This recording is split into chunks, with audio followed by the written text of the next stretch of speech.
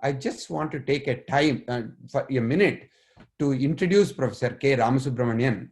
He is a professor at IIT Bombay in the cell for Indian Science and Technology in Sanskrit, Department of Humanities and Social Sciences.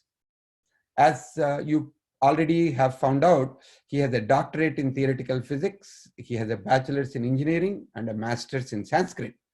What is unique about Professor Ramasubramanian is that he's completed a very rigorous 14-semester course in Advaita Vedanta, and he was honored with the coveted title Vidvat Pravara by Sringeri Sarada Peetham in 2003. He also prepared detailed explanatory notes on the Ganika Yukti Bhasha and Tantra Sangraha.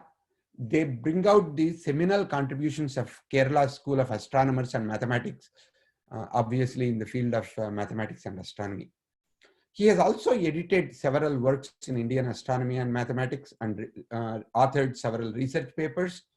And he was given in 2008 the Maharishi Badarayan Vyas Samman by the President of India.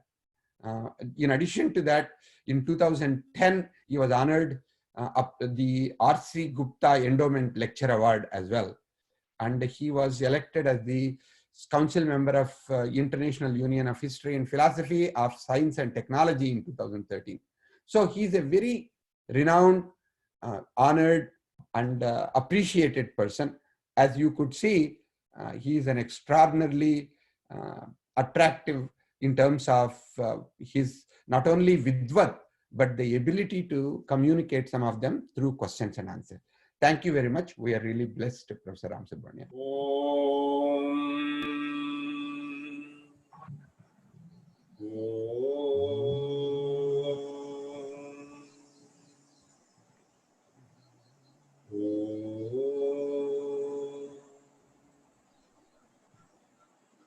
युहन्तः प्रविश्य मम वाचमिमां प्रसुप्तां सञ्जीवयत्यखिलशक्तिधरस्वधाम्ना न्यांश्च हस्तचरणश्रवणत्वगादीन् प्राणान् नमो भगवते पुरुषाय तुभ्यम् किं गुरुं हि स्वयं सत्यः प्रज्ञाभक्तिविनीतयः दीप्तिश्चागतः सत्यं तं गुरुं प्रणमाम्यहम् सदाशिवसमारम्भां शङ्कराचार्यमध्यमाम् अस्मदाचार्यपर्यन्तां वन्दे गुरुपरम्पराम्. So I am so delighted to have been invited to be part of the celebration which is conducted by this Advaita Academy. And in the initial correspondence, I was asking what topic am I supposed to speak on. So they said, you can choose yourself. So then I thought about, and then I gave the title, The Beauty, Benevolence and Brilliance of Shankara's Works. Shankara's works can be broadly divided into three categories. One is Stotra, the other is Prakarana Grantha, the other is Bhashya. So there are 10 volumes which have been brought out. Initially there were more number of volumes, but essentially these 10 volumes cover this. Of them, the first volume is Stotras. Many of us know about the brilliant commentary which Shankara has done for Upanishads, but the beauty of the Stotras which Shankara has done is something which was really striking to me. So I thought the beauty, benevolence and brilliance which Shankara has displayed in Stotras is what I will start with, and then move on, if time permits, to talk about this Prakaranas and then of course Bhashyas. So when I looked at this first volume, and fortunately we have been blessed to learn some of these Stotras during our childhood. But only when you sort of mature, so, and you have experiences in your life, then you are able to see. And if you are blessed with a certain ability to appreciate the Sanskrit, so then it is all the more. So mere chanting of the Stotras itself is really beautiful. And the kind of meters which Shankara has chosen in order to present Stotras is also something which is amazing. A variety of meters have been employed by him. So starting from Ganesha Pancharatnam, it is a Panchachamara Vrata. It is a very beautiful thing. So Nitanta Kanta Kanta Kanti Manta Kanta Katmajam Achintya Rupa Manta Hina Mantaraya Krintanam. That is a very beautiful meter, Panchachamara. And you can see the rhythm, so the alliteration, etc. sounding. And of course, the thought process which has gone in producing this and the profound thoughts behind them is also something which is really worth pondering on. So you see that this is what is called Shabdalankara. Then you see a lot of Arthalankaras also have been beautifully integrated by Shankara. And when I thought of this benevolence, so if you like Ganesha Murti, then you can choose Ganesha Stotras which have been written. If you like Subramanya, then so Shankara has provided Subramanya Bhinanga. So if you are fond of Shiva, then there are a dozen stotras at least on Shiva. If you are fond of Amba, so Shankara has been so kind that he has written a dozen stotras on Amba. And if you are fond of Vishnu, then I think 2 dozen stotras. So together that volume of stotra itself contains about 65 stotras, and the most popular is this Moha Mudgara, which is called as Bhaja Govinda. Now, I wanted to share with you the beauty, benevolence and the brilliance which Shankara has brought in some of the Stotra Granthas by citing a few examples right at the beginning. See, the Stotras have also been composed by Shankara keeping a variety of bhaktas in mind. If you look at the Prahlada Charitra, he talks about Navavidha Bhakti. Shravanam, Kirtanam, Vishnoho, Smaranam, Padasevanam, Archanam, Vandanam, Dasyam, Sakhyam, Atmanivedanam. So now if you look at the stotras which have been composed by Shankara, you will see all these kinds of bhaktis so are beautifully integrated. I just wanted to give you a couple of examples of that. So if let us take this Subramanya Bhujanga. So towards the end, he says, Janitri Pita Chasvaputra Paradham Sahede Nakim Devasena Adhinatha Ahanchati Balo Bhavan Lokata Tahakshamasva Paradham Samastam Mahisha. So he says, Janitri Pita Cha. So he is pleading to Ishvara. Will not the mother and father forgive the child for the aparatha that they have done? Janitri Pita Chasvaputra Paradham Sahete Nakim. Don't they do this? Don't they tolerate? So too, why don't you tolerate? You are the Jagat Pita, Jaganmata. Swaputra Paradham Sahete Nakim Devasena Adhinatha Ahanchati Balo Bhavan Lokatataha. So Lokatataha you are. And therefore you have to just forgive and absorb me. So this is one kind of a sentiment that Shankara expresses. So there are other beauties which I wanted to tell you from the viewpoint of literary merit. So in the same Bhujanga, you have Yathapthestaranga Layam Yanti Tungaha Tathaiva Vadas Sannithau Sevatammi Iti Varmi Panktir Drinam Darishayantam Sadapavaye Krit Saroje Buhamtam. If you look at this, so you have beautiful Alankara displayed. Yathapthes, this is composed in what is called Bhujanga Prayatavatnam, one of the beautiful meters. Yathapthestarangaha. So Shankara conceives of the Subramanya who is in Tirichandur, on the seashore.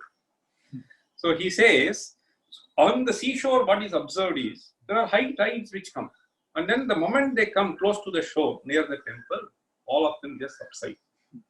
Okay? Yathabdhehe tungaha tarangaha. Okay? So the high tides, so as they just disappear, the moment they try to reach you, okay, tathaiva apadaha. So he says, similarly, a devotee who is trying to reach you, so this apad, so the dangers, the difficulties that he is facing, so they just look like a huge tide, but the moment they come close to you, they just completely disappear. Okay? Yathabdhestaranga layam yanti tungaha tathaiva padaha sannidhau sevatammi iti vormi panktihi drinam darishayantam. Urmi Pankti, he says, this is a beautiful alankara called Upreksha. So these Urmi Panktis, these waves which are moving, so this is what as if they are teaching to all people. Iti Urmi Panktin Rinam Darishayantam Sada Bhavaye Hrit Saroje Dupantam.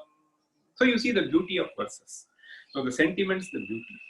Now let me choose one or two examples from Shivananda Lahari. So here in Shivananda Lahari, so there is an interesting verse wherein Shankara says, hey Shankara, Shankara is that Shiva. Okay? So Shankara addresses and then he says, Kridartham Srijasi Prapancham Akhilam Krida Amrigaste Janaha Yat Karma Charitam Maya Cha Bhavataha Priti Bhavatyeva Tat Shambho Swasya Kutuhalasya Karanam Acheshtitam Nishchitam Tasman Mamakarakhanam Pashupate Kartavyameva Tvaya. So there it was a Dasya Bhakti, if you look at in some places. So here it is a Sakhya Bhakti. He says, very interesting, as if your friend speaks to his friend. He says, Kridartham Srijasi Prapancham Akhilam. So this entire world has been created by you playfully. This is what Shastras describe. In fact, in Brahma Sutra, there are two sutras. Na prayojana vatvat, lokavattu lila kaivalyam. So this is how the two sutras go. And they describe, basically it is a play for you. Kridartham Srijasi Prapancham Akhilam. The entire jagat you are just creating. Okay, playfully. And all those things have been created by you. They are dolls created by you for your own play. Okay. So now if the child has created a doll, so even if you give a doll to play, the doll is so important for the child as it is a source of pleasure and the child does not want to give up. If the child has created its own doll and it is playing and it is enjoying, so now Shankara says, so if this is true, so what the scriptures talk of is true, so then I am a doll, so who is a source of joy for you? And at least for this reason, it is your duty to protect it. Okay? Kartavyameva tvaya kridartham srijasi prapancham akhilam krida amrigaste janaha yat karma charitam maya cha bhavataha. Whatever I do, priti bhavatyeva tat shambho. So he just calls now. So charitam, so all that I have done, so is something has been swasya kutuhalasya karanam. Karanam means asadharanam karanam karanam. Shambho swasya kutuhalasya karanam. You are verified by me. So and therefore it is your duty to protect it. Okay. So this is how he beautifully, this is called Sakhya Bhakti. In fact, there is another beautiful verse there. Jadata Pashuta Kalankita va Kutila Charatvancha Nasti Mayideva Asti Yedirajamule Bhavada Bharanasya Rasmikim Patram. This is in Aryavrta. So there are beautiful meters which have been employed. Jadata Pashuta Kalankita va.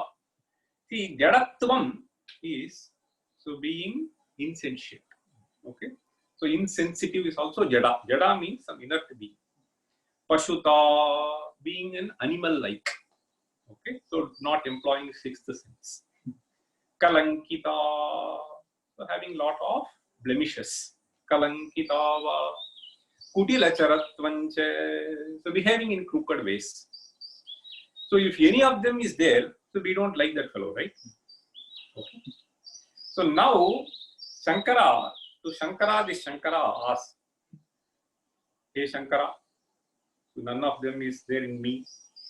Okay, therefore, so you may accept me. So if Shankara says, no, the other Shiva says, no, I find all this in you, therefore I cannot take you. Then Shankara says, for the same reason you have to take me. How? So he says, Jadata, see, so you carry, what do you carry? So you carry water, Ganga. It is a Jada Padartha.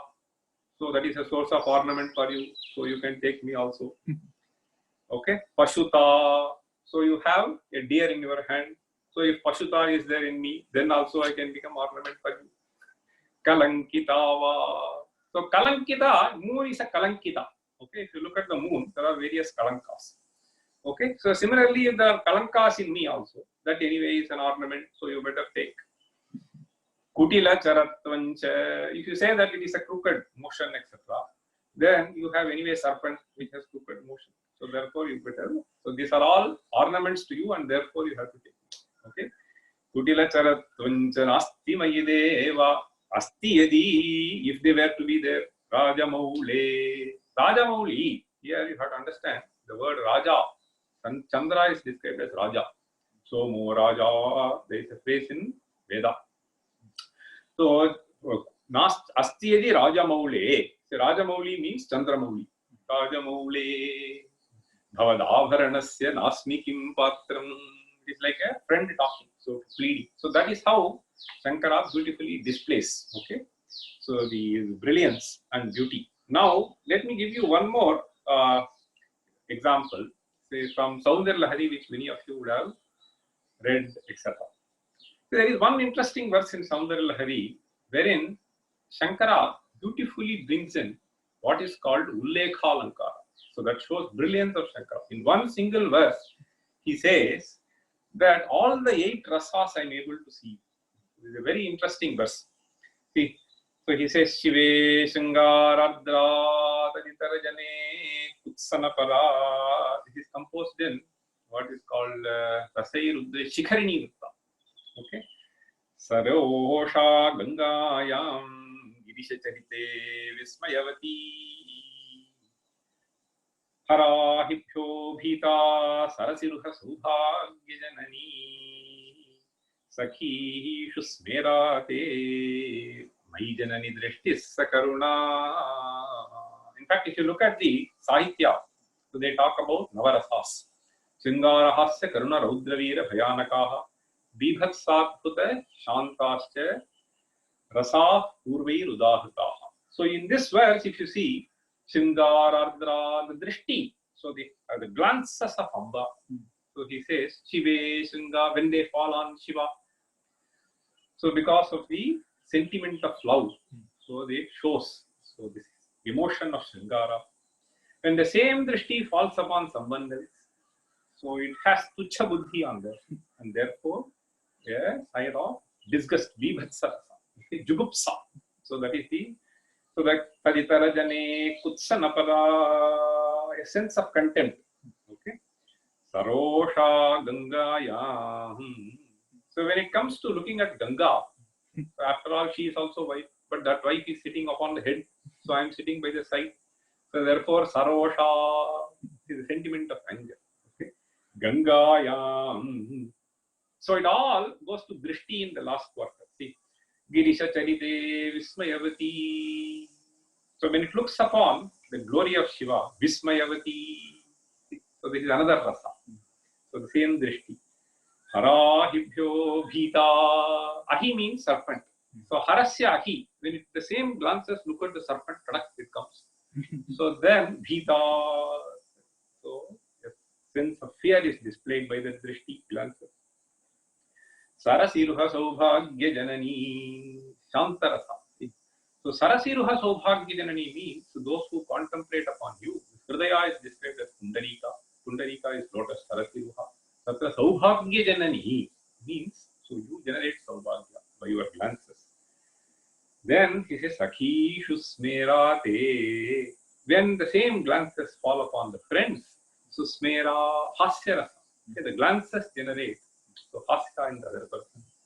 And finally he says, so Mayi Janani Drishti Sakaruna, and when it falls upon me, it just showers compassion. So this is how you see the brilliance of Shankara integrating beauty. So in the same verse. So all the Navarasas. So this is a beautiful Alankara called Ullekha Alankara. So same Vastu portrayed in different ways. There is one more verse which I want to give before I move on to other kinds of works. See, there is a very interesting set of 6 verses. It is called Shatpadi Stotra. See, Shatpadi. So it starts with Abhinayam Apanaya Vishnu. But then I wanted to tell you, So in fact, even as a poet, I think Shankara can be unmatched. So this one single verse is something really, really beautiful. See, Uddhrita naga naga bhidanuja dhanuja kula mitra mitra shashi drishte drishte bhavati prabhavati na bhavati kim bhavati raskaraha. So people have to write this and then see. So how beautifully it has been done. See, the same letters keep repeating. So just follow carefully. Uddhrita naga. This is one addressing word. Then naga bhidanuja. Then dhanuja kula mitra. Mitra shashi drishte. See this. This is a beautiful example of what is called yamaka. So he says Uddhrita naga. This is on Vishnu. Naga means mountain. Nagachati iti nagaha. So Uddhrita naga is a phrase used to the one who lifted the mountain. Naga bhidanuja. Anuja means the one who was born later. So Nagabhit refers to Indra. So Nagabhit. Okay. Anuja. So this Vamanavatara. So Vamana is supposed to be son of Aditi, and therefore Nagabhit Anuja. Then he says Dhanuja Kula Mitra. So Dhanuja means Rakshasas. Dhanuja Kula Amitra. So you are unfriendly to Rakshasas. Dhanuja Kula Mitra. Then he says Mitra Shashi Drishte. What is Mitra Shashi Drishte? Mitra is son. So Mitram is friend. Here Mitraha pulling is Mitra Shashi. So Mitra Shashi Drishte. So you have sun and the moon as your eyes. So this is basically a description which even if you find in the Upanishads. See, Agniramurdha Chakshushi Chandra Suryau Dishashrotre. And it is all the more common in Vishnu Sahasranama. Bhupado Yasanabhi. There also you will find that. It is essentially Upanishadic. Mitra Shashi Drishte. Now again, Drishte Bhavati Prabhavati. Bhavati Prabhavati Drishte. See, Prabhavan means one Prakarshena Bhavati iti Prabhavan. Okay. So this Prakarshatvam can be either in terms of Sarvavyaptatvam or Sarvashaktimatvam. So Bhavati Prabhavati, Prabhavati Bhavati Drishte, so the one who is Sarvashakta, if you were to glance upon me, Drishte Bhavati Prabhavati, Na Bhavati Kim Bhavati Raskaraha. See Bhavati and then Bhava. Na Bhavati Kim Bhavati Raskaraha. Bhavati Raskaraha essentially means the samsarasya tiraskaraha. So if you were to sort of bless me, will I not gain the jnana by which I will be able to come over all this samsara? Na bhavati kim bhavati raskaraha. It is an attitude, right? So that jnana. So in fact, this can be further explained, but I will stop here now. So with reference to the beauty, the benevolence is, so anybody who wishes to praise any devata, even we have Gangashtakam, Yamunashtakam, also all that.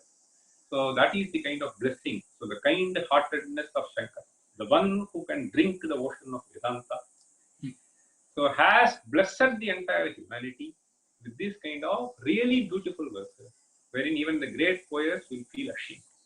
So that is the kind of beauty, whether it is Shabda Alankara, Artha Alankara, and so on. Profound thoughts beautifully integrated with verses. So this is one kind of dictation. This is just one volume, which consists of just 400 pages. So which means, so on an average, if you just take some 4-5 verses, so something like 1500 to 1800 verses you would have composed. So in the form of stotras. So some of them are big, some of them are small, different vruttas. Now when it comes to the Prakarana Grantha, this is another kind of thing. So there are about 4 volumes, I would just say there are about 3 volumes devoted to Prakarana, among the things that have been printed. So if you just consider that, so then also you can see the beauty, benevolence. So the benevolence, I would just say, so you can just have one verse and have the entire Vedanta available for you. Kinjo Tistava Bhanumana Hanime. It's called Ekashloki. It presents the Vedanta for you. Then we have Dashashloki. Then we have what is called Shadashloki. So whose classes are going on. So then we have this Upadesha Sahasri. So orders of magnitude. he is just blessed with, depending upon your time, depending upon your inclinations. And also more importantly, so these Upanishads are not accessible for a few people, but you can just get the essence of the Upanishads in other kind of sutras. So it can be in 1 verse, in 10 verses, in 15 verses, in 20 verses, in 30 verses, in 60 verses. So this is another kind of prakarana. So which includes so this Prashnottara Ratnamalika and so on and so forth. So this is so the intellect which can present that kind of bhashya, so has also presented as the stotras and the prakarana granthas. If you look at the prakarana granthas, there is around 3 volumes when I say. So if you just put them, many of them are in the form of verses. Okay. So these are all beautifully versified, which are very, very appealing, conveying to various degrees the essence of Vedanta. So this is another form of gift which Shankara has blessed us with. Prakarana Granthas. Then the third category, okay, so one can keep on dwelling. See, in fact, there is a beautiful Alankara, just reminded to just give you one single verse. So, which has beautiful Alankara, I tell you. So, Sarira Poshanarthi Yatmanam Didrikshate Graham Darudhya Dhrutva Nadim Tartum Saichati. Vakyarthayo Sadrishayoho Aikyaroko Nidarsana Yaddatu Saumyataheyam Shudhamsho Rakalankata. This is a beautiful example of what is called Nidarshana Alankara. So Yaddatu Saumyata Seyam means so the pleasantness of someone who is sharing something with the other is very rare entity. Okay, so if you want to part away something, you don't do it generally happily. Okay, particularly when you don't like. Okay, when you are forced to. So Yaddatu Saumyata Seyam Sudhamsho Rakalankata. So similarly here he says Sarira Poshanarthi San. I want to understand this Vedanta, but I want to live a jolly life. So if you think, so then he says, Sharira Poshanarthi San Ya Atmanam Didrikshate Graham Darudhya Dhrutva Nadim Tartum Saichati. It is a beautiful example of Nidarsana Alankara. So this fellow thought that he will be able to safely cross the river by clinging himself to a crocodile. Okay, so thinking that the crocodile is the log. Okay, so similarly, so if you are a Sharira Poshanarthi and you want to see Atman, so this is just like this. So this is a beautiful simile. So what I am trying to say is, so he conveys profound thoughts with brilliant similes. So this is what he does in Prakarana Granthas. Then when we come to the third class of literature, Bhashya. Bhashyam Prasanna Gambhiram. This is how great people describe that Bhashya. So I will not spend much time to cite various things from Bhashya, but I want to just tell you. So this Bhashya is a term which is generally employed to a class of literature which is to explain something which has been stated in extremely short form. So we have Patanjali's Bhashya, we have Adi Shankara's Bhashya. So generally you call Vyakshyanam and so on. Bhashyam has a specific definition. Sutrartho varnyate yatra vakye sutranusarihi swapadani cha varnyante bhashyam bhashyavido vidu. Sutrartho varnyate yatra. So you just take the sutra. So sutras can be very terse, and they are indeed extremely terse when it comes to Brahma Sutra. Sutrartho varnyate yatra. So there are so many sutras will be Darshayate, Drishyate, Tupapita, so on and so on. So you will not get anything out of the sutras. So unless Shankara has produced the brilliant commentary on them. In fact, the very Upadghata Bhashya that he has written for Brahma Sutra is an unmatched literature in the entire philosophy. Okay, till now. Those who have read those sentences, so they know so the kind of thought processes that have gone in producing those sentences. So it is something which is unmatched, and most of the philosophers who have read them have really wondered. Okay? So this is the kind of bhashya that he has blessed with. There are about 6 volumes which in the series of publications. So we have this Prasthanatraya Bhashya. So we have three classes of literature. One is Brahma Sutra, the other is Bhagavad Gita, so the other is, so we have what are known as Upanishads. Okay. So these three bhashyas, so there are about 5-6 volumes in which they have been printed. So these bhashyas, so they constitute extraordinary work of Shankara. So I say it is extraordinary in the sense that you will not see any kind of contradiction between two statements that he makes. So Upanishad mantras, so they may look apparently contradictory to each other. So it is primarily to resolve this kind of contradiction that may arise in the mind of the reader that Vyasa came up with his sutras. These Brahma Sutras are primarily meant to resolve the kind of contradictions that one may see. That is why it is like a fifth case. So twat, etc. So that is how Shastra Yonitvat, Tattva Samanbhayat. So everywhere you will find this Ketau Panchami to resolve the contradictions. But then the sutras are so terse that one may not be able to make anything out of them.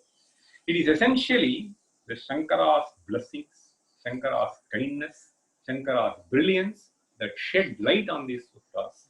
And because of this commentary, today, so all the scholars, so Shastrik Panditas, are just adorned by Vidya. So that is the kind of generosity which Shankara has showered upon us. And this has been nicely brought out in one single verse. In fact, Swapadhanika Varnyante, in fact, very, very profound thoughts in short sentences which Shankara would have made.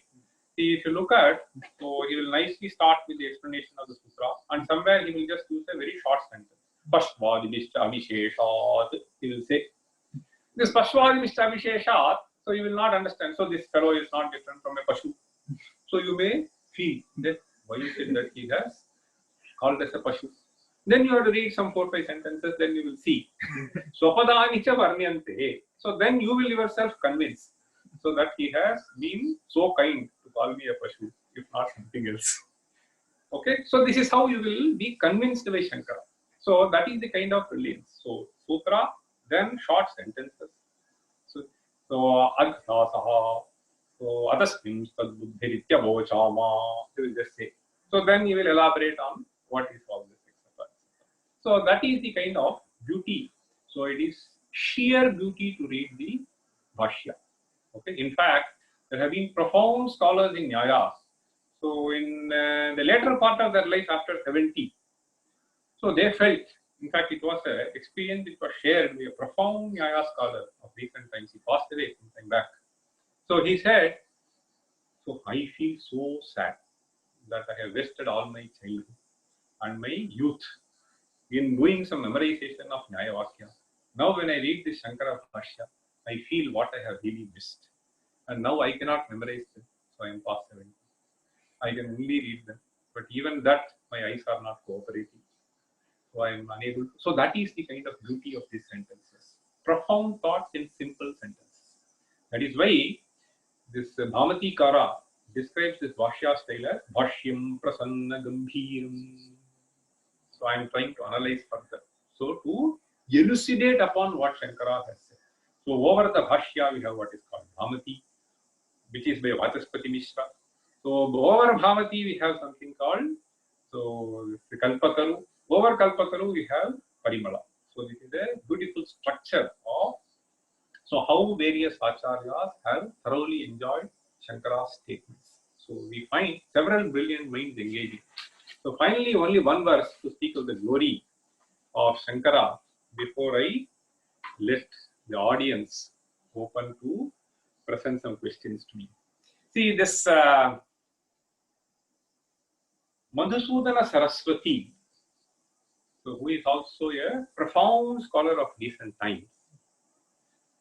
So he wanted to present the glory of Shankara. So there is an interesting verse. He says, Nastaumitam vyasamasheshamartham samyanga sutrairapiyo babantha vinapitaihi sangrachita khilartham Tam Shankaram Naumi Sureshwaram.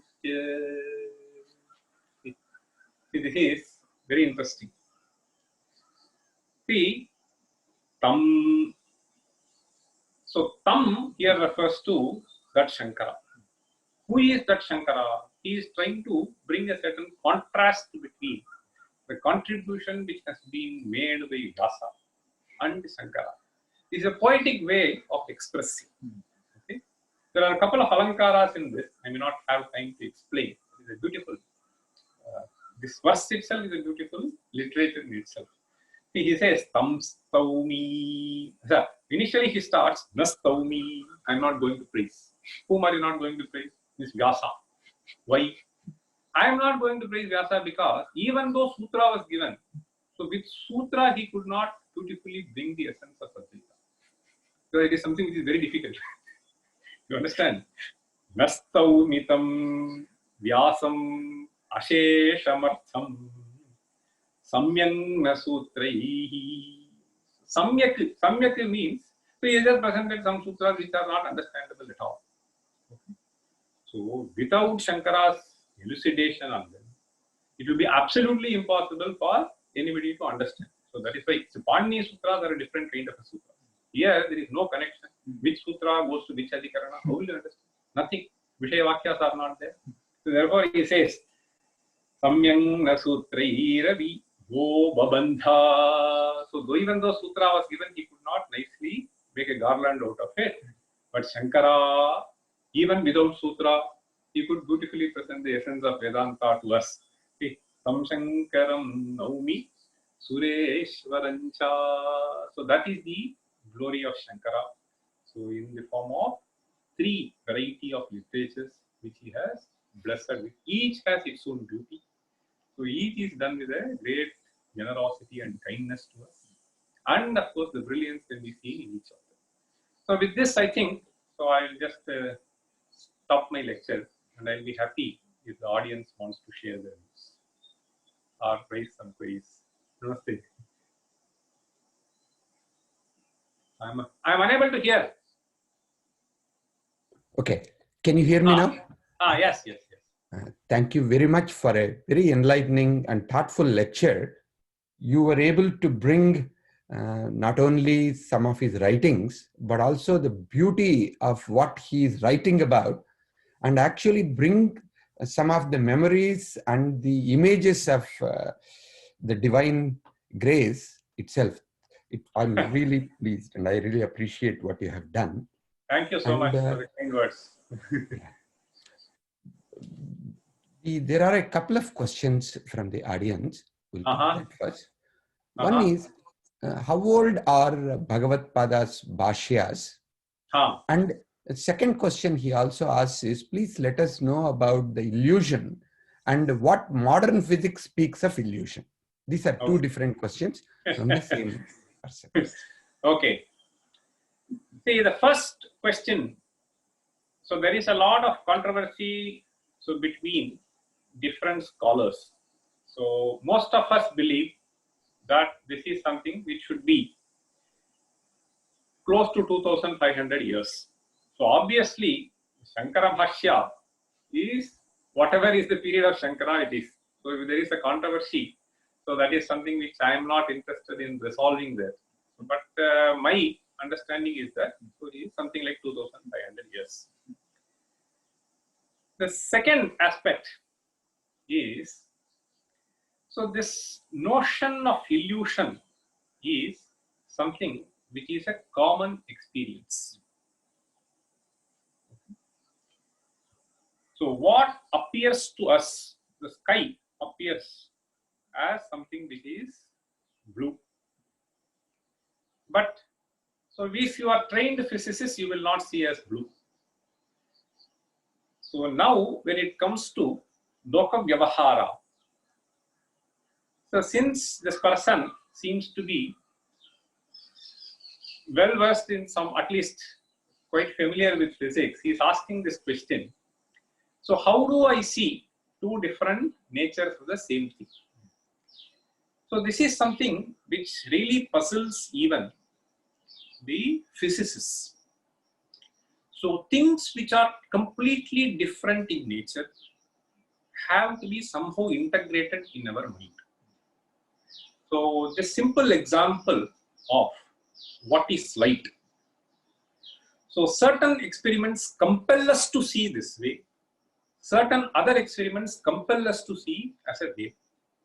Now particle and wave behavior are completely different, disjoint. You cannot think Michelson-Morley of experiments. the same thing. Okay. So same thing, it really, so even if you think of energy, so there are various other things which one can cite. So modern physics in a sense helps us, if properly understood, to appreciate this Vedanta much better. I'll stop there. Another question which has come in is can we summarize the lifetime teachings and writings of Sankara in a way that we can practice it and add value to his or her own life? In fact, that is what Advaita Vedanta is meant for. Yes. The only thing is, this person has to devote time with an open mind to understand the literature as it is presented, and particularly with a good guru. Okay. So if this is done, then there is nothing which can benefit better than Advaita Vedanta. Wonderful. There is one more question. Please describe about life in a multiverse creation in the light of Vedic knowledge. This is from Sushanta Kumar Pani. See, this understanding of modern physics with reference to cosmology is not complete. So it is something which is emerging. The very nature of science is that. So you have to keep questioning what earlier has done. Okay. And you try to build upon the knowledge. And if you can present something in a much more consistent and integrated manner, then that will be acceptable, discarding the previous. Ultimately, the purpose is to understand the nature around us with the intelligence that we have been provided with. Now, there is a limitation to the intelligence that we have been provided with, and it shines up in different individuals at different points of time in different ways. So therefore, there are different theories which have been proposed by people regarding this multi-universe. So this, our understanding today is that there could be similar things, but we don't have the ability to confirm it right now. So whether this is the way they will view it or they will view it differently, so we don't know. So we only know of some kind of radiation which we can trap and we can try to analyze, right? So this is where we are. So as far as our philosophy, our shastras are concerned, they do not dispense away with the other beings lying elsewhere. So science also cannot dispense away with that. So that is where I think it stops. Beyond that, we will not be able to say much. That's a good place to take it to another question. Ravishankar Gundlapalli says, some of the poetic themes you touched on are brilliant. Have there been any works celebrating the poetic beauty in Adi Shankara works at length? I don't know. The answer is, see, for me also, because I had to deliver this talk, I started contemplating. And the moment you start contemplating, you can see the brilliance and you can appreciate. So the more one spends time, the more the beauty emerges. And that is how all the great works are. So the great works of great acharyas. So it is all because of their blessing that we are able to enjoy. And it is a blessing of technology that in spite of being isolated, we are able to enjoy today. Right. That's a beautiful way to put it. Mudita Bardwar says, Pranams, do you have any suggestion on how to memorize stotrams and sahasranamas? And do we need to approach a teacher for meaning of some of these for a householder or for a student, or just read it for ourselves? Yeah. See, stotras can benefit in two different ways. One is mere rendering of stotra. So whether you know music of Tyagaraja in the chaste language of Telugu and appreciate its meaning, or you simply listen, both of them can be enjoyable to you. If you know the meaning, it is all the better. If you don't know the meaning, then also it is appealing to you. Similarly for stotras, in fact, my great-great-grandmother, so she used to daily chant for several hours.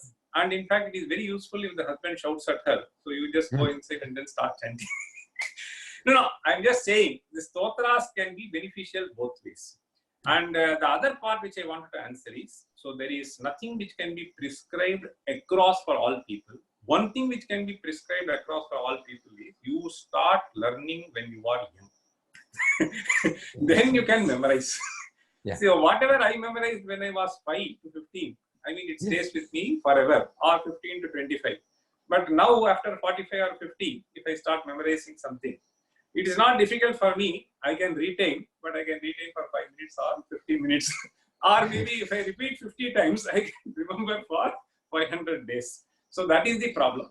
The problem is it is so inherent for all human beings. So it is always important. I must tell you, all the people who are doing that, please try to make your children learn this. So this is a brilliant training for the mind, and this is something which will be extremely useful for them throughout the life. So some exposure at the age of 5 or even before is recommended. Okay. Ramji. So go ahead, Krishna. Pranams. Pranams. Hariji, kaise hain? I'm fine. Thank you so much.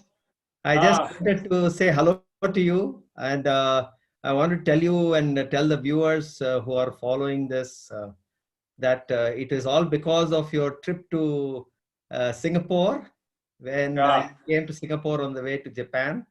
Correct. You stayed with us, and you told me about the Tenali exam. Correct. In 2015. Correct. Exactly. I went to Tenali, and then Indic Academy was started. Correct. And I just wanted to express my gratitude once again. We just celebrated 5 years of Indic Academy on 2nd April. And it has grown exponentially thanks to your blessings. So I'm expressing my gratitude once again. Yeah, see, I mean, so I must also tell just one sentence, that what you have created is something which will be extremely beneficial for the entire humanity. So nowadays we have this technology, and you have put them to right use, so that, I mean, even in these kind of difficult situations, we are able to share our joy by discussing these great works. Okay, so thanks to your efforts, so we are all just playing a small role, and you are playing a major role. So may God bless you, and may the academy grow from strength to strength. I have one. Actually, I have two questions. Okay. One is, we discussed this briefly last year at the Earth Festival. If you remember, I just tried to look at that Darwin theory of evolution and asked that question: when the evolution happened between apes and then the man happened, the self-awareness, when did that happen at the Vyavaharika level? So I'm still grappling with that. You said no, that question cannot be even asked. Yes, even now I would just say, so these are things for which answers cannot be given with any certainty. So they are things which have to be just accepted, for which we may not have an answer, but there are far more better questions. So how am I to, given this is what my understanding is about myself, so how can I grow? In fact, as somebody asked this question, how can the Vedanta benefit for me, given that I am blessed with the sixth sense? Am I making use of it? I think that could be a better way. Because those are, I mean, purely from the intellectual point of view, there could be lots of curiosities. So that is how, I mean, the entire science. So why am I looking at this black energy, black hole, etc.? I mean, this is always a certain urge in human being to try to understand various things. But those are extremely difficult questions for which only some speculations can be there. I don't think it will be really convincing. any answer that is given to us. Thank you. I have the other question. I'm actually been working on an art. I try to look at and learn Vedanta through art. A lot of my thinking is very artistic. Okay. For example, I look at there is a new concept called molecular gastronomy. Okay. So there, I look at it purely from an Advaitic point of view. Similarly, I've been working on an art piece for a few years now. Okay. Which is a mixture of a movie called Memento. Okay. Which is about memory. And there's a Chinese artist who does an artwork based on memory. And when I saw that work in Singapore, and when I saw this movie, all I could just think that it was a very intense experience. I could think of the snake in the rope. So and from Shankara's Adhyasvasa that okay, yeah, from the superimposition that correct. You treat what is permanent as impermanent and what is impermanent as permanent. That correct. That happens. Correct. And the question that I had at that time and I was grappling with is that this is coming from a memory. This superimposition is coming from a memory. Correct. What if there is no memory? Where is the ground of that superimposition when there's no memory? No. See, the issue is that when you have to do any kind of adhyasa, then the things which you are trying to superimpose and the base on which you are looking into, so those things have to be known. The superimposed object has to be necessarily known, number one. And now that has to strike to you because of certain kind of similarity. So similarity in the case of certain objects, but in the case of certain other objects where you cannot really invoke similarity, then also you can have superimposition. We have a generic term called dosha. So why is it that I suddenly get a feeling of love? Why is it that I suddenly get a feeling of anger? Why is it that I suddenly get? So these are emotions which are seen, but why is it that they are getting generated? There is a generic answer which they call as vasana. Awesome. So when is it that what actually made Newton get this brilliant idea at a given moment? What actually made Ramanujan get this brilliant idea at a given moment? So these are things which cannot be really answered. So something happens and some insight flashes and something comes.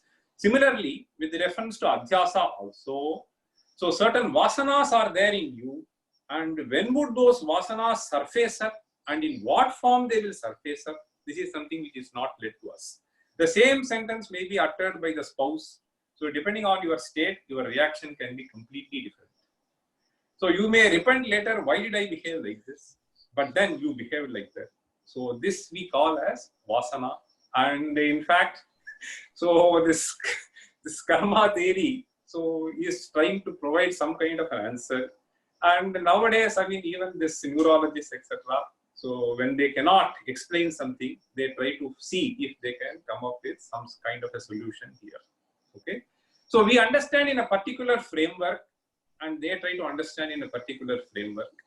And if one is trained in both, one can appreciate the beauty of each one of these and see how one can understand and appreciate the other in the light of the other. Okay. Thank you. Thank you. Thank you, Harikiranji. Okay. There are a few more questions, Mr. Ramsubramanian. Okay. One question is the lyrical beauty of appropriate meters such as Ganga Stotra, Yamuna Stotra, and some of those are so beautiful. Yes. And you have anything more to say about any of these slokas? See, in fact, what the viewer or the one who has raised this query should understand is there is actually no limit to the kind of metrical varieties that can be constructed, as there can be no limit to the raga. Yeah. So it is the fertile imagination that this person has, and the intelligence that flowers at a given point of time to produce something new. So the same is true of prosody. So we have something called Chanda Shastra, and this is one of the most ancient scientific disciplines. So it is as old as 23 centuries from now, at least. So a proper structure and analysis has been made by Pingala's Chanda Shastra. So it makes a list of certain metrical patterns that have been used along with the definitions around his period. At a later point of time, we find several other meters have been introduced into the literature. So at a given point of time, whatever is available is what generally people do. So you sing a song, you create a song, you basically put it into the known ragas, Kalyani, Purvi Kalyani, whatever. But there may be some genius who can come up with a new raga. So similarly, it can happen with the poetry also. So all these have been nicely studied, and I only wish that these kind of beautiful poetries are introduced to young children so that they have an appreciation of the rhythm. So this is really beautiful. So unfortunately today, because people feel that Sanskrit is not. So there is no other language in which you will find this kind of a richness. This much I can tell you. So it is not that other literature do not have poetry, but they do not have this kind of richness in terms of the variety of meters. So that is all I am trying to convey here. That's the greatness of Sanskritam. There are a few more questions. Of course, Meghani Senapati says, Namaskaram, sir. What is the definition of happiness according to great Shankara? Okay. So, Shankara, let me tell you. So, in fact, any serious thinker. So, this is a very interesting question. I'm very happy to answer this also. So, happiness is that entity which, if one possesses, one does not seek any other entity. Okay, so this is something which is inherent to human being, inherent to insect. So what is it? I will not be. So suppose I ask you what is sweetness, you can only give me something and then put into your mouth. So this is sweet, this is sour, you can say. But to describe sweetness in words means I cannot do. So similarly, happiness is something which is experienced by every individual. Now, what is it? So when you say, I would just say, according to the theoretical framework that has been constructed in Advaita Vedanta, so you are an embodiment of happiness. And any other thing that seems to be making you happy is essentially making you revert to your own being. So the moment you are seeking ends, so I feel like having a gulab jamun. So you may go somewhere and then try to bring it if you are so fond of it. So unless you get it, you will be unhappy. But the moment you get it, you may put it in your mouth and then temporarily that kind of happiness will be expressed by you. The theoretical understanding is that once the craving stops, whether it is a question of eating, whether it is a question of enjoying a music, whether it is a question of acquiring some job, etc. So temporarily when the seeking stops, and the self returns back to itself, it enjoys the happiness within. And according to Advaita, happiness is not something which is to be generated by the association of sense organs with the sense objects. So this association of sense organ with the sense objects helps you in stopping craving for a moment. The moment that craving stops, you return back to yourself and you enjoy your own happiness. So this is the framework of Advaita. That's wonderful, sir.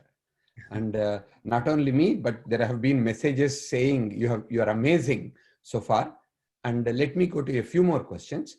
What are the different texts that describe the concept of Maya and the difference between various texts that describe it?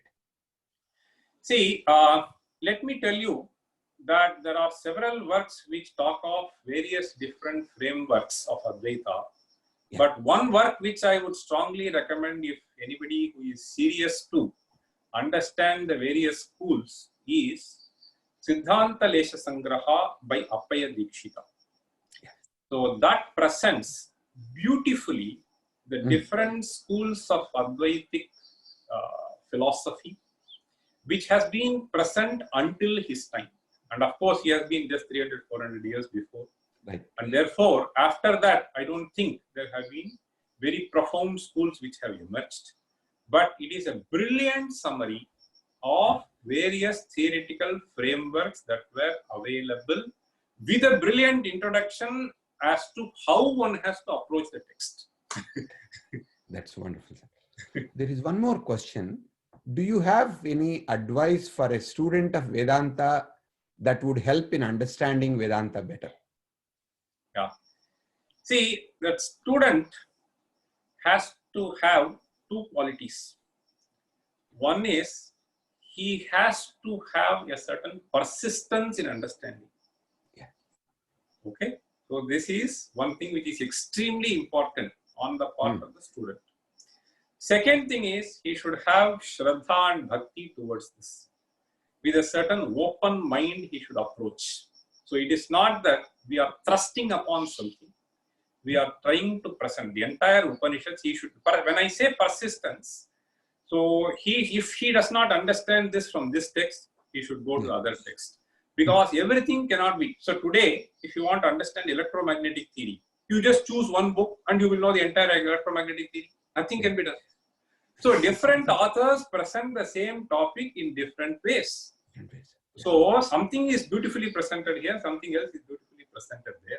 And therefore, it is extremely important for the student to just have Shraddha and Bhakti. This is first aspect.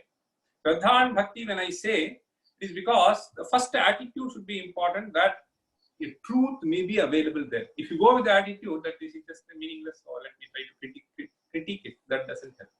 So persistence and trying to contemplate on. Okay, contemplation. Shravana, Manana, Nididhyasana. This is what they say. So this is very, very important. And of course, there is nothing like a good teacher who can provide you a much broader perspective. Okay, so it is very important in our Shastras. Therefore, we say that, see, in fact, even in Upanishads, we have Parikshalokan Karmachitan Brahmano Nirvedamayat Nastikritakritena Tad Vijnanartham Sagurumeva Abhigache. Okay, so for you to understand, because this is something which is subtle, so it may be confusing. Therefore, it is always good to have a teacher who can present with clarity and a teacher who also tries to put it in practice. Excellent. We have actually quite a few questions, but we will take one last question before we move on, because we have one more session, if that is acceptable to you. Yeah, okay. So the question Satyan Chidambaran says is, can you please say a few words about Vritti Vaipati and Phala Vaipati in the context of Pratyaksha Pramanam? How is it to be defended, if at all, in the context of modern theories of perception? No, this is not Vaipati. This is Vyapyatvam. This is called Vritti Vyapyatvam, Phala Vyapyatvam. So I don't think we'll be able to answer in a short while. So I would not venture. Okay. So if that is the case, then there is one interesting question that says, what are your views on the experiments being performed on mind upload? I don't understand the term first. Okay, good. So, because that's all that was said, then we'll go to another question. It says, what is the primary difference from your perspective on Advaita, Visishtadvaita and other schools? Why is Advaita special at all among all of them? See, the thing is, there is nothing which should be considered as inferior or superior. So what really appeals to you and to most of the brilliant intellects is Advaita. I just give you one example. So it is not to undermine any other philosopher or the kind of brilliance that they have exhibited in presenting it. In fact, if we look at in Gaudapada Karika, he says, so any upaya is fine as long as the upaya is achieved. But Shankara makes a very interesting statement in his Upanishad, Bhashya, wherein he says, Nacha upadesharham dvaitam jatamatra prani buddhi gamyatvat. This is a very, very profound statement. He says, this dvaita, etc., is something which is already known to you. There is nothing to be taught there. So I experienced dvaita, and dvaita is not something which is to be obtained by upadesha. So jatamatra prani buddhi gamyatvat means even a mere jantu knows this. So what is worthy of contemplating is Advaita. This is an interesting statement which he makes. But the point I want to say here is, so these philosophers feel that this could be little difficult for some people. So this framework could be very difficult, and therefore let me present this framework, which seems to be much better for us to appreciate. In fact, if at all Shankara were to be analyzed, so he has presented this topmost Advaitic philosophy, and he has written 65 stotras, so praising Ganga, Yamuna, Ganesha, Subramanya, and so on. So obviously he comes to the Dvaitic framework and helps people to elevate themselves whichever way they can. Okay, so this is all I would just say. So if at all, I mean, to just answer him, there is a beautiful verse. So if he wants to know the distinction between Dvaita view, Advaita view, Visishta Advaita view, so there is a nice thing. Satyapi bhedapagame natha tavaham namamakeenastvam samudrohi tarangaha. This is a beautiful simile which Shankara presents. So if you think that the bubble is different from ocean, so then it is Dvaita. If you think that bubble is not different from ocean, then it is Advaita. So if they say bubble is a part of ocean, so then you say Visishta Advaita. So that is wonderful, Professor Ramasubramanian. Thanks for a beautiful session where there are lots of doubts that are cleared, and there is so much that has been mentioned, and I myself learned so much from you. Thank you very much for taking the time to give this. Thank you. So it is all my pleasure to share some thoughts on Shankara. Thank you, and namaste to everybody who has participated. Actually, you have the highest attendance so far. So obviously the topic that you presented and how you presented has been very attractive to everybody. Hope you have a chance to maybe another time we can call back on you. Okay, thank you. Namaste. Namaste.